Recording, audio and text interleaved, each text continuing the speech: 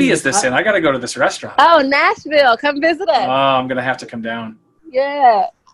So Shayna, I think I would definitely volunteer to help build that Alexa skill for them. Oh yeah. To sort of translate, like what does this mean? What does this word mean? And I think and Dawn Avery just threw into the comments and like I agree with what she's saying, and like I think what that does is it puts something at the retail location that will get captured on someone's smartphone, that will get posted to social media, and it will get shared.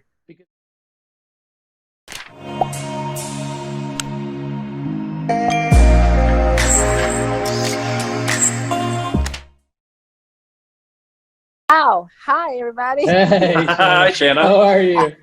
Good. I can't do video because I don't have on makeup, but I would love to.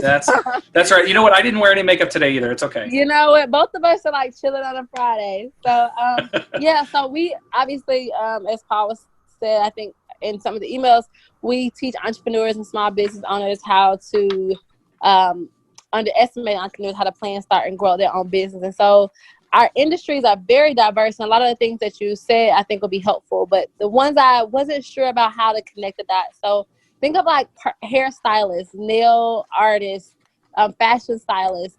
How would they, outside of like confirming an appointment, be able to use that in the same way as like a frequently asked questions? It's not a clear one-to-one to me versus an industry that may have pretty standard questions. Yeah, so I think for confirming an appointment, so you basically want to call them the day before and be like, hey, don't forget, you've got an appointment at 1 o'clock tomorrow? Yeah, so I understand how to do that, but you had some really good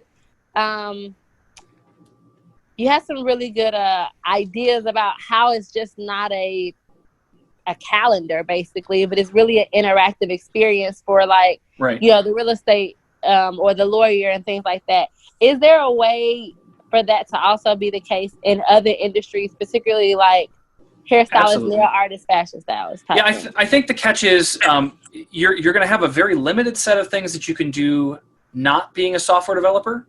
But I think that there is even a blueprint that uses a calendar. But I don't know how far it can go with like scheduling and stuff. But that doesn't seem like it would be something that would be hard to do. So that's a blueprint I could even look into creating. But if you have someone that can write a little bit of code, then yes, absolutely anyone could do this. It's not very difficult at all. Okay. And the biggest challenge you're going to run into is just finding someone that can spend the time to basically build that skill for you. That's the biggest hurdle you'll have for sure. Yeah, and I like the idea. I know we have a lot of caterers. We have a food specific class.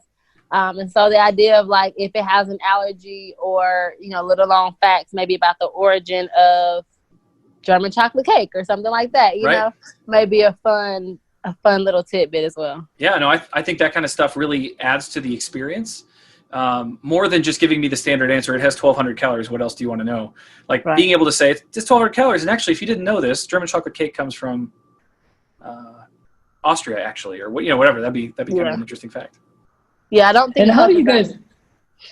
Hey, sorry to cut you off, No. Shayna, but I'm thinking I like this a lot, and like to kind of take Jeff's realtor friend example at the open house, where like to me they kind of scaled themselves by having Alexa on the counter, and then the realtor could be doing other things. I feel like you could do a similar thing with the caterer, right? So like I'm picturing the caterer bringing an Alexa enabled device with them, and while they're serving the food, having like a little a visual. It could even be an Echo Show potentially with a visual on it, or just a regular Alexa enabled device, and having like a card, just a printed card with some questions that they could ask Alexa, similar to the realtor example. And it can be maybe making their life easier serving the food and not having to answer. Just I think things like that are good ways to use the skill in the immediate way to make your business more efficient and effective. And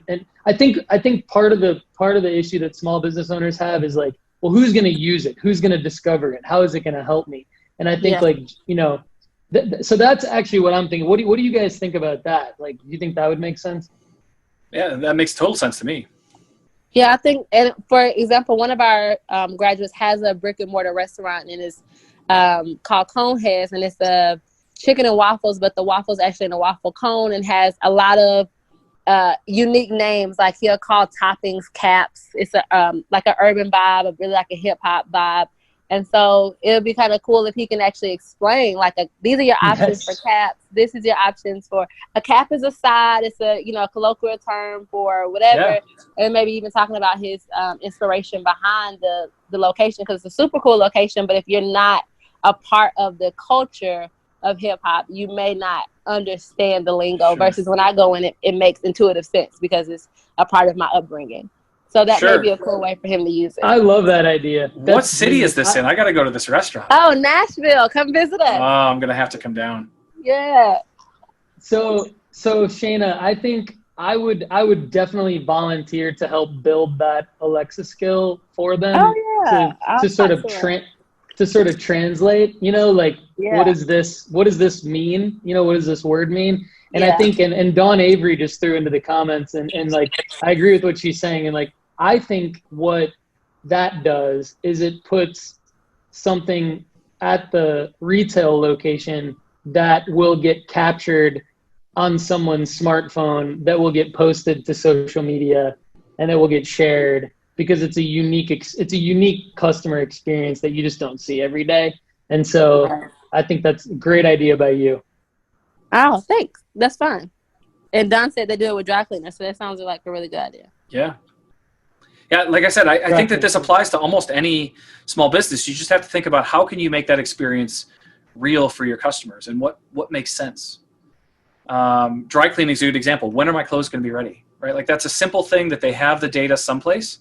It's just a matter of being able to get it out for the right customer and let them know.